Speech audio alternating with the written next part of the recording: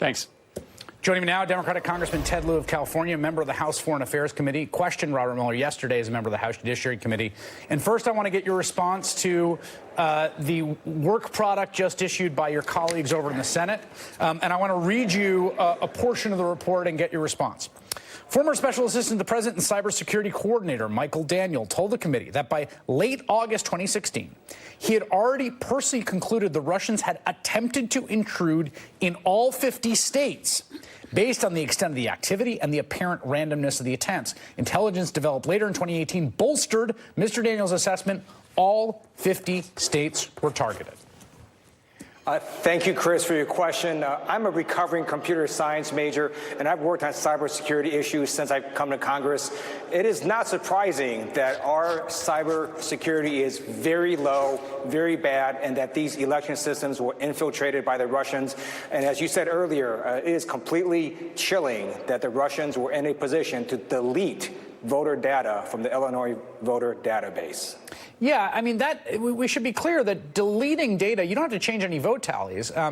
If you have the data and you know, say, a precinct or an area is predominantly African-American, you delete them off the rolls, you effectively will tip the scales of an election. That's absolutely correct, which is why it's so disappointing that Mitch McConnell refuses to take up the bills that the House of Representatives has passed to the U.S. Senate to improve election security.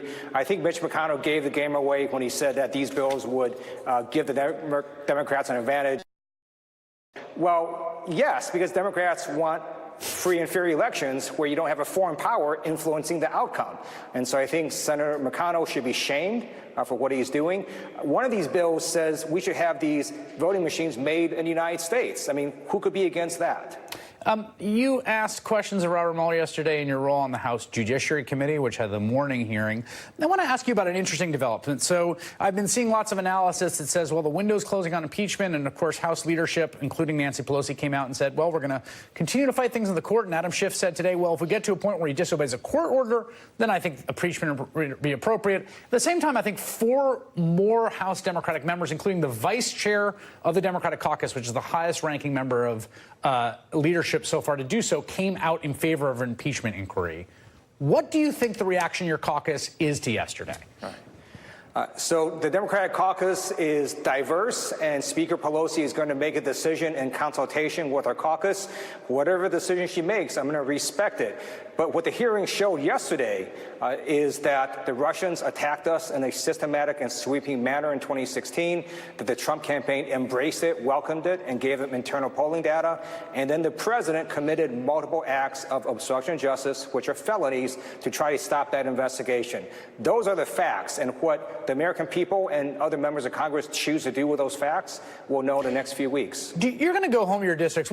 I'm so curious about the timing here. So Mueller testifies, obviously it was supposed to be a week earlier, that it was negotiated back to yesterday. Then you guys passed the big spending bill for 2 years with 219 Democratic votes today, which means you didn't even need any Republicans who got to vote no and whine about big spending, even though obviously they're doing it.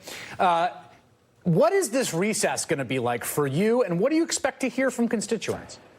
This is an opportunity for each member to go back to their districts. All of our districts are unique.